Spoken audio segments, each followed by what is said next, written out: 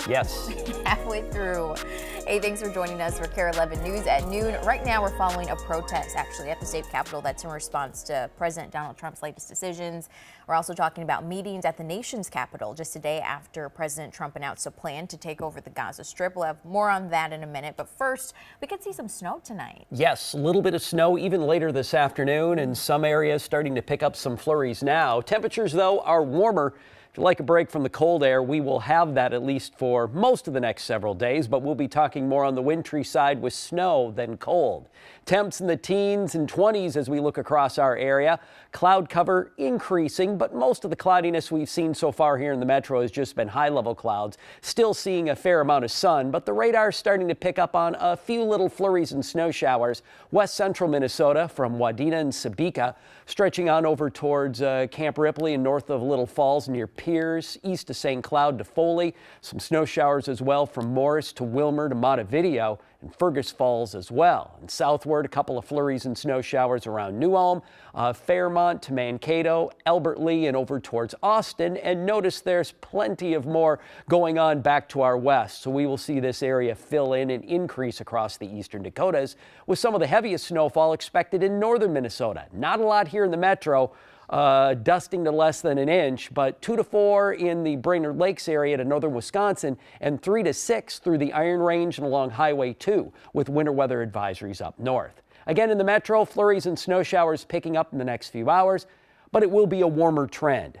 There's another more significant snowstorm coming up towards the weekend. More on that as well in a little bit.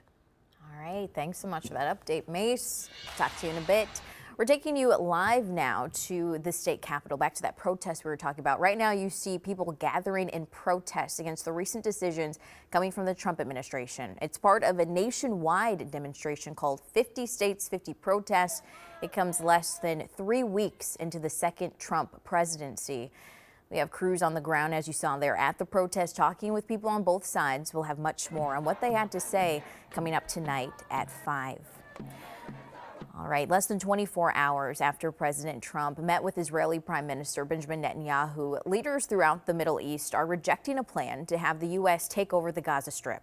Trump is suggesting that more than 1 million Palestinians in Gaza leave for neighboring countries, and he's not ruling out the potential of sending U.S. troops to secure America's ownership of Gaza. Netanyahu says he's weighing the president's plan since his goal is to eradicate Hamas to make Gaza secure for Israel. We'll own it and be responsible for dismantling all of the dangerous unexploded bombs and other weapons on the site, level the site and get rid of the destroyed buildings, level it out, create an economic development. Your willingness to think outside the box with fresh ideas will help us achieve all these goals. Talks with Netanyahu will continue on today. He's set to meet with Defense Secretary Pete Hegseth at some point. Just a few hours ago, we got an update about President Trump's tariffs against China. You'll remember just yesterday, the U.S. Postal Service was saying it would temporarily stop taking some packages coming to the U.S. from China and Hong Kong. But now it's reversing course, going back to accepting packages from China and Hong Kong. This all comes as a 10% tariff was introduced on Chinese imports. China is waiting, though, until Monday to start collecting its counter tariffs on imports from the U.S.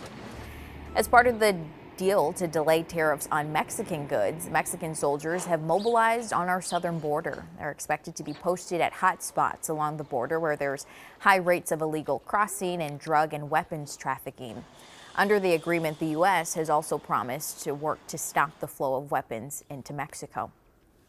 Another big focus in the president's new administration is gutting the federal workforce. Millions of federal employees now have less than 24 hours to decide if they'll take his buyout deal. Michelle Beck looks into what's at stake. In a new development overnight, the CIA has offered a similar deal to its workforce. Up until this move, the buyouts were not available to those in national security. Across the federal government, new reports show more than 20,000 workers have resigned ahead of tomorrow's deadline, thus accepting that 8-month payout. This is just 1% of the federal workforce. Officials believe resignations will climb to up to 10% in their attempt to scale back the government. These cuts could save $100 billion tax dollars per the president's staff. But here at home, union leaders are confused and critical. I can show them where there are plenty of inefficiencies. They're not completely wrong on that. But to attack federal employees and just blanketly want us all to quit, like that's not it. That's not right. Some unions, lawyers, and lawmakers warn federal workers not to accept the buyout. They say Congress has not authorized funds for this kind of deal. Back to you.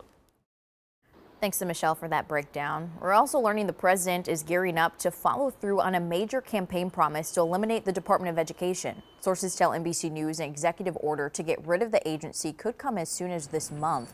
They say the goal is to have authority of education handed down to states and local districts. Legal experts say the president doesn't have the authority to abolish a federal agency created by Congress. Now to other headlines here at home. The Robbinsdale School Board is searching for a new director after Sharon Brooks resigned earlier this week. Audrey Russo tells us what this could mean for the district. In the last 15 hours, we received the unanimous vote accepting Sharon Brooks' resignation from the Robbinsdale School Board. She walks away with 2 years left on her term after a difficult 2024. That's when she was censured twice for violating the board policies.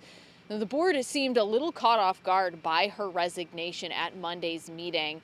They discussed ways to fill the vacancy, including going back to the election results from the most recent school board election and appointing the person with the next highest vote totals. In the end, though, they determined that they were going to wait until the February 18th meeting to make a decision. I think we can give ourselves a pause. We don't have to make a decision right tonight. I had no idea that was coming. Neither did I. You said 4 minutes before the meeting, so I would like to take a minute to process. Now, whoever is appointed will have to step into a board that's trying to overcome dysfunction. That new appointee will also have a hand in trying to square a $20 million budget shortfall for the 2025-2026 academic year. Back to you. In just a few hours, the Minnesota House People of Color and Indigenous Caucus will hold a town hall at the Jimmy Lee Rec Center in St. Paul. They're focusing on how underserved communities are being impacted during this year's rocky legislative session. Now, while that town hall goes on, there's still a back and forth in the House. Here's what we know so far. I'm Raya Katane. Nearly 1 month into the legislative session, Democrats in the Minnesota House of Representatives continue their boycott, triggering a campaign this week from Republicans to kick them out of office.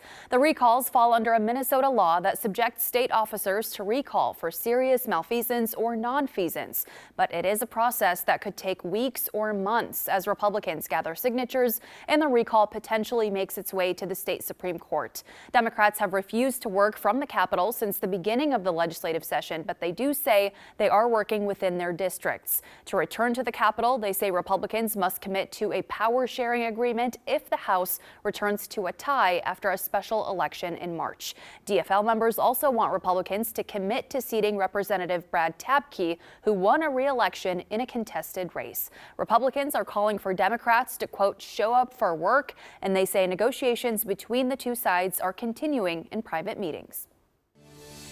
A lawsuit by the Minnesota Attorney General could impact you if you rent. The lawsuit is against several rental companies accused of using an AI algorithm scheme to drive up rent prices in Minneapolis. The AG's office says 4 companies that manage a substantial amount of rental properties in downtown are being sued. The companies involved are listed on your screen there, and they're accused of inflating rent prices by using anti-competitive pricing algorithms and non-public data like rental applications and renewal offers. RealPage's data is different than publicly available data in several different ways. They have information on actual transactions, on floor plans, listed rent, and then final transacted prices in a way that is simply not available in public data. Minnesota is one of several states joining the lawsuit filed last August. The Minneapolis City Council is working on an ordinance that would ban use of rental algorithms on units in the city. In just under 2 weeks, the state will start accepting applications for cannabis business licenses.